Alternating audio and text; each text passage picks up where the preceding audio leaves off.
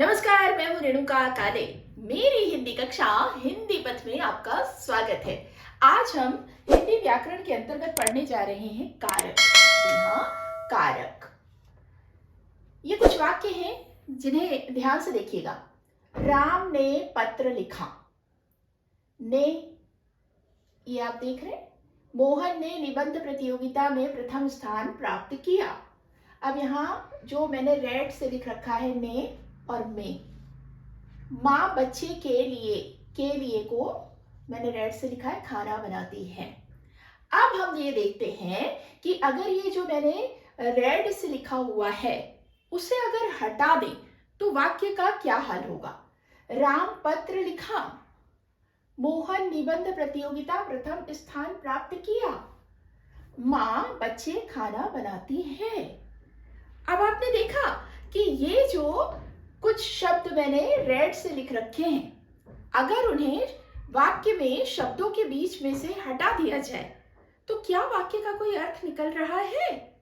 नहीं निकल रहा है ना जी। ये जो शब्द हैं यही कारक हैं। आगे आपको और अच्छे से समझ आएगा जब हम कारक के बारे में विस्तार से पढ़ेंगे। तो कारक के अगर हम परिभाषा देखें या कारक किसे कहते हैं ये देखें तो हम कह सकते हैं कि संज्ञा या सर्वनाम के जिस रूप से वाक्य के अन्य शब्दों से उनका संबंध जाना जाता है उसे कारक कहते हैं। हिंदी में कारक 8 हैं। आपने प्राथमिक कक्षाओं में और उसके बाद मिडिल कक्षाओं में, माध्यमिक कक्षाओं में इसे बहुत रटा होगा, है ना। कर्ता ने, कर्म को। तो देखिए ये क्या है, कारक जो है वो 8 है और उसके विभक्ति यानी चिन्ह जो होते हैं, कारक चिन्ह जिसे हम कहते हैं, उसके आधार पे हम ये पहचानते हैं कि यहाँ कौन सा कारक है। तो आइए जल्दी से देख लेते हैं कि कारक कौन कौन से हैं। ये देखिए ये कारक है और ये उनकी विभक्ति है। हम इनको एक साथ ही पढ़ते हैं।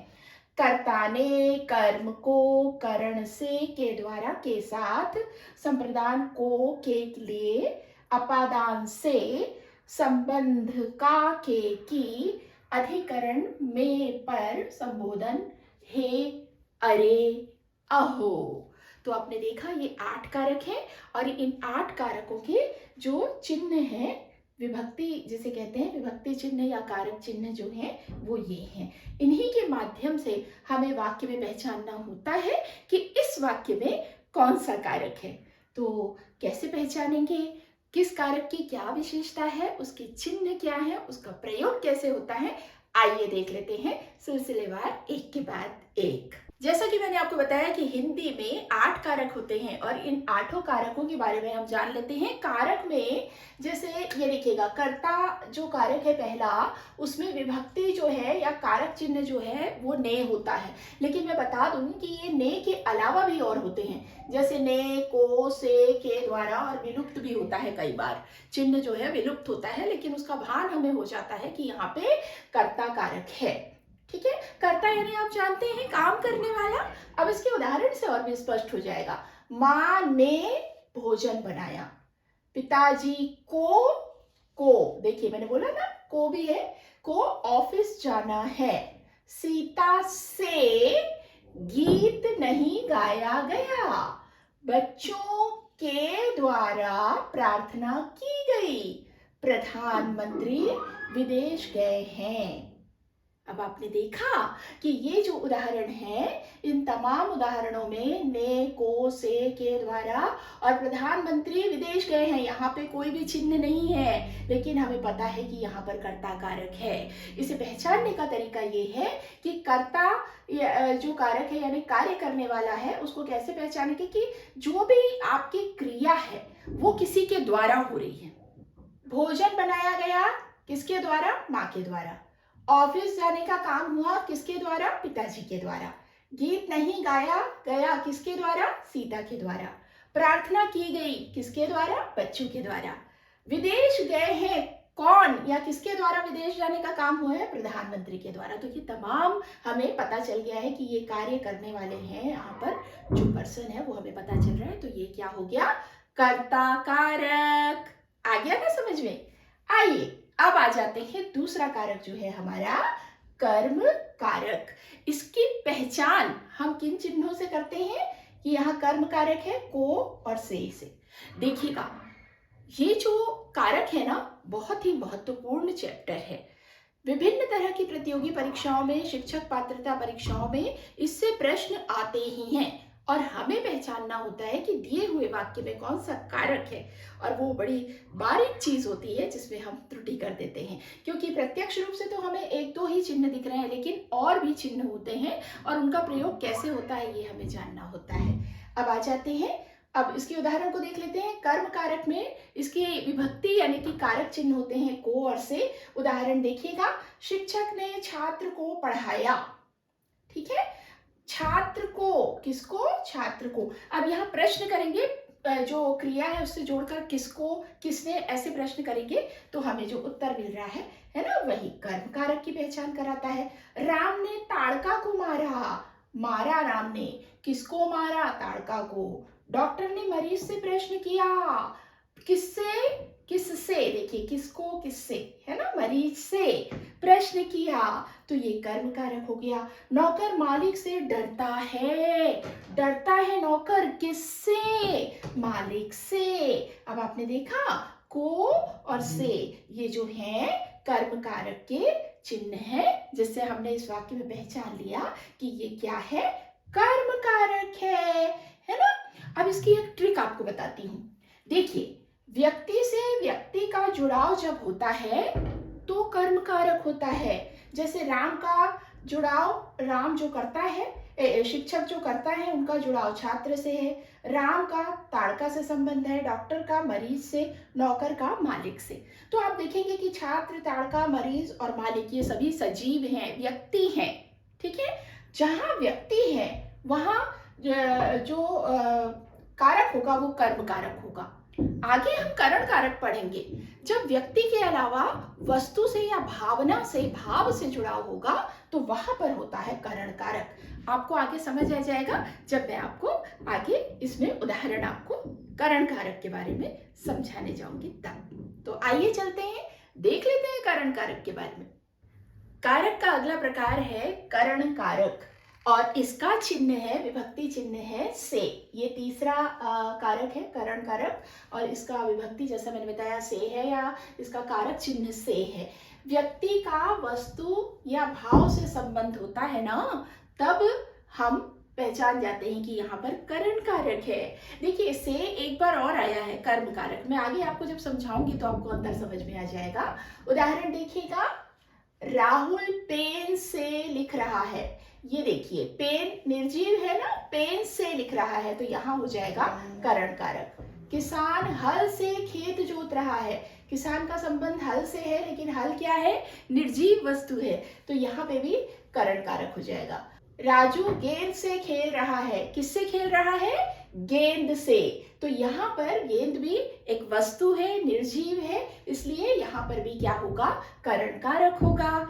कैसे पहचानेंगे भाई कि कर्म कारक है या करण कारक है? क्योंकि इन दोनों का तो विभक्ति चिन्ह यानी कारक चिन्ह से होता है, तो पहचानने का तरीका बताते हैं ना आपको, ट्रिक है भाई। देखिएगा, एक ही उदाहरण में मैं आपको समझा दे रही हूं।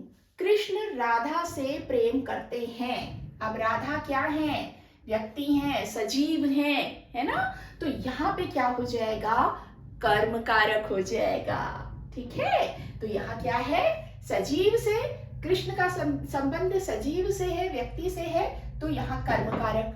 कृष्ण बांसुरी से प्रेम करते हैं। अब देखिए, सब कुछ वही है, लेकिन राधा की जगह बांसुरी आ गई। अब बांसुरी क्या है भाई? बांसुरी तो निर्जीव है, तो ये करण कारक होगा। से चिन्ह यहाँ भी है, से यहाँ भी है, लेकिन राधा सजीव है, इसका संबंध कृष्ण से है और ये सजीव है, इसलिए कर्म कारक। बांसुरी का भी संबंध कृष्ण से है, लेकिन बांसुरी निर्जीव है, इसलिए ये करण कारक है ना। बड़ा आसान, तो याद रखिएगा, ये ट्रिक बहुत काम आएगी आपको। से और से दोनों जगह आया है भाई, तो ये कर्म है कि करण कारक है कि कर्म कारक है, पहचानना हो जाएगा आपके लिए आसान।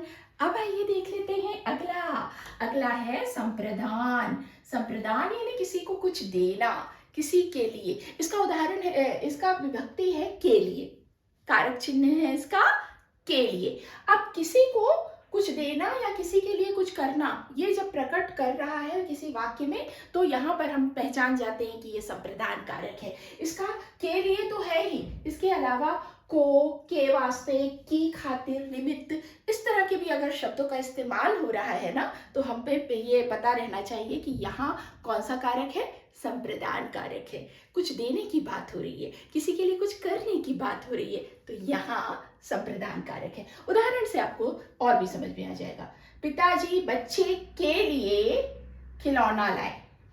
पिताजी ने बच्चे के लिए कुछ किया ना, खिलौना लाए। सरकार ने जनता के निमित्त, यानी जनता के लिए ही होगा इसका भी मतलब, कल्याणकारी योजना बनाई। सरकार ने जनता के निमित्त कल्याणकारी योजना बनाई, अगेन संप्रदान है। गांधी जी ने स्वतंत्रता के वास्ते, यानी स्वतंत्रता के लिए अनेक आंदोलन किए। एक गाना आपने सुना होगा ना, क्या क्या ना सहे हमने सितम आपकी खातिर, ये जान भी जाएगी सनम आपकी खातिर। तो ये जो आपकी खातिर है ना, ये भी तो संप्रदान ही है। तो ये मैंने उदाहरण ले लिया है, आपको थोड़ा सा याद रह जाए करके। जनता ने सैनिकों को उपहार भेजे। अब के लिए के अलावा मैंने बताया था को भी है, खातिर भी है, निमित्त भी है, वास्ते भी है। इन सब का मतलब के लिए कुछ, किसी के लिए कुछ करना, किसी को कुछ देना होता है, इसलिए यह संप्रदान है। सैनिकों को उपहार भेजे, को आया है, आपको दिखाई दे रहा है ना, को आया है, तो ये सैनिकों को भेजा है तो सैनिकों के लिए ही हुआ, तो यहाँ पे हो जाएगा संप्रदान कारक। राजा ने गरीबों को दान दिया। गरीबों को दान दिया। अब जो दान की वस्तु राजा के द्वारा दी गई है वो किसके लिए है, गरीबों के लिए ही है। तो ये हमें अर्थ को समझना होता है, भाव को समझना होता है। और कुछ शब्दों का हेरफेर हो जाए, कारक चिन्ह का हेरफेर भी हो जाए ना, तो भी हम उसके अर्थ को, उसके भाव को, उसकी भावना को अगर समझ लेते हैं तो हमें पहचानने में बिल्कुल भी गलती करने की कोई गुंजाइश नहीं रह जाती है कि भाई ये कारक कौन सा है। ये यहाँ तक हमने पढ़ लिए 4 कारक, 4 और बचे हैं, तो आइए देख लेते हैं जल्दी से बाकी के कारक कौन से हैं। संप्रदान कारक से जुड़ी एक बात और आपको बताते चलूं, ये ट्रिक है, देखिएगा। आदर और सम्मान व्यक्त करते हैं ना जब हम, तब भी संप्रदान कारक होता है, ठीक है। माता जी को प्रणाम, उदाहरण देखिए, यहाँ पे माता जी के प्रति सम्मान की भावना, आदर की भावना व्यक्त की जा रही है। माता जी को आदर दे रहे हैं, माता जी को दे रहे हैं, कुछ सम्मान दे रहे हैं, आदर दे रहे हैं, तो यहाँ पे भी क्या हो जाएगा, संप्रदान कारक होगा। ये ट्रिक याद रखिएगा, आदर सम्मान व्यक्त करना है तो भी वहां पर संप्रदान कारक होता है। अगला कारक क्या है, अगला कारक है अपादान। इसका विभक्ति यानी कारक चिन्ह है से। ये से जो है अलगाव यानी अलग होने की भावना को व्यक्त करता है यहाँ पर। अब इसमें यहाँ से के अलावा से भावना, लज्जा, घृणा, तुलना, ये सभी तरह की बातों को जब हम देखते हैं कि से जो कारक की विभक्ति यानी कि चिन्ह जो है उसके जरिए व्यक्त किया जा रहा है, ये सभी भाव, लज्जा, घृणा, तुलना की जा रही है, कोई भावना व्यक्त की जा रही है से के माध्यम से, तब वहां पर अपादान होता है। अब देखिएगा उदाहरण, यात्री बस से उतर रहे हैं। अब बस से, अभी तक बस में थे, अब बस से अलग हो गए, उतर गए, तो यहाँ अलगाव पता चल रहा है, तो यहाँ क्या होगा, अपादान। पेड़ से पत्ते गिरते हैं, पेड़ से, अभी तक पेड़ में जो पत्ता था पेड़ से अलग हो गया भाई, यहाँ पे भी अपादान कारक। ये बहुत प्रसिद्ध उदाहरण है, बचपन से ये उदाहरण हम देखते आ रहे हैं। नदी पहाड़ से निकलती है। अब देखिए उद्गम, यहाँ क्या पता चल रहा है, उद्गम है ना, यहाँ उद्गम लिखना मैं भूल गई थी भाई, ये उद्गम यहाँ पे भी आएगा। दादाजी तीर्थ यात्रा से वापस आ गए, है ना, पहाड़ से निकलती है, तीर्थ यात्रा से गए थे, वापस आ गए, तो ये भी जो है आपका अपादान कारक है। राजू शेर से डर गया। अब देखिए शेर से डर गया भाई, ये क्या है, यहाँ पर भी भावना, डर की भावना व्यक्त हो रही, भय की भावना व्यक्त की जा रही है, तो ये यहाँ पर भी अपादान कारक है। मुझे झूठ से घृणा है, घृणा की भावना व्यक्त हो रही है यहाँ पर। सीता गीता से अधिक होशियार है, मैंने कहा था ना तुलना, तुलना, ये देखिएगा तुलना हो रही है, सीता की गीता से तुलना हो रही है, उसकी होशियारी की तुलना हो रही है कि सीता गीता से अधिक होशियार है। कल से 10वीं की परीक्षा शुरू हो रही है। अब देखिए आरंभ, आरंभ या प्रारंभ भी अगर पता चल रहा है किसी चीज की शुरुआत हो रही है, परीक्षा की शुरुआत हो रही है, उत्सव की शुरुआत हो रही है, क्रिकेट मैच की शुरुआत हो रही है, तो इस तरह की जो शुरुआत हो रही है, आरंभ हो रहा है या प्रारंभ हो रहा है, ये भी जब पता चलता है तब भी वहां पर क्या होता है, अपादान कारक होता है वहां पर, कि एक स्थिति थी अब वो स्थिति अलग हो गई है ना। तो पहले नहीं था और अब हो रहा है। तो यहाँ तक हमने समझ लिया। अभी तक के हमारे कारक हो गए 5, बचे हैं सिर्फ 3। तो देख लेते हैं बाकी के कारक। आइए अब जान लेते हैं अधिकरण कारक के बारे में। इसकी पहचान हमें होती है, इसकी विभक्ति चिन्ह जो है वो है में और पर।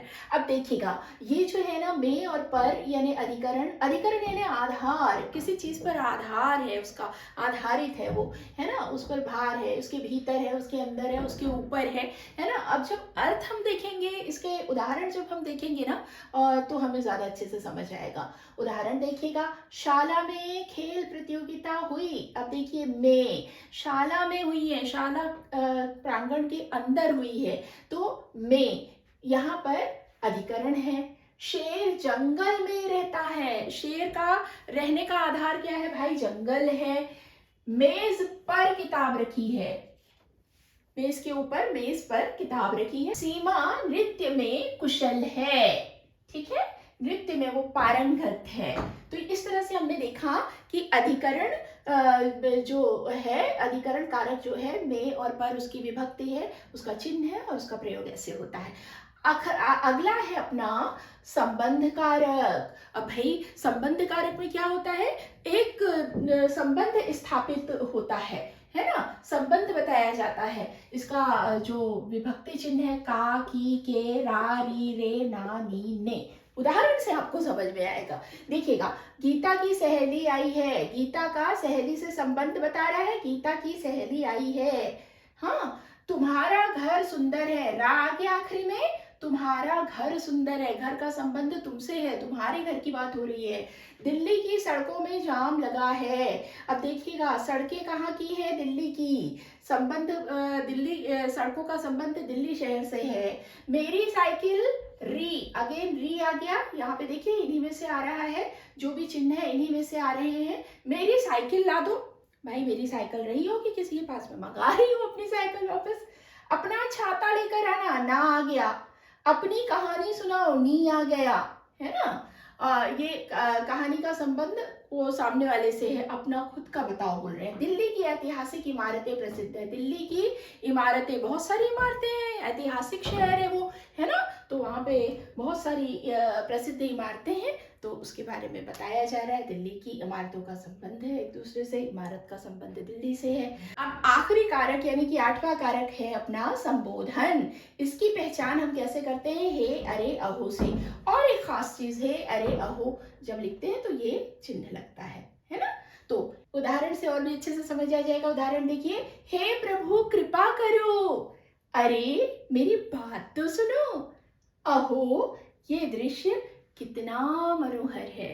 तो आपने देखा, ये 8 कारक होते हैं हिंदी में। इसका प्रयोग, इसकी कारक रचना कैसे होती है, इसकी विभक्ति क्या है, चिन्ह क्या है, ये सब कुछ हमने बड़े विस्तार से जाना। आप थोड़ा अभ्यास कर लेंगे ना तो आपको बिल्कुल भी पहचानने में दिक्कत नहीं होगी कि दिया हुआ वाक्य जो प्रतियोगी परीक्षाओं में आपसे पूछा जाता है वो किस कारक का प्रतिनिधित्व कर रहा है या किस कारक का उदाहरण है। भाई देखिए, आज तो मैं आपसे एक जो निवेदन करती हूँ वो भूल ही गई करना, कि आप इस कक्षा में आने जाने का सिलसिला बरकरार रखिएगा और इस चैनल को सब्सक्राइब कर लीजिएगा और बेल आइकॉन प्रेस कर दीजिएगा ताकि आपको इसी तरह की कक्षाएं मिलती रहें। तो चलिए, आज के लिए हिंदी पथ में इतना ही। स्वस्थ रहिए, मस्त रहिए और दीजिए अनुमति अपनी काले मैम को।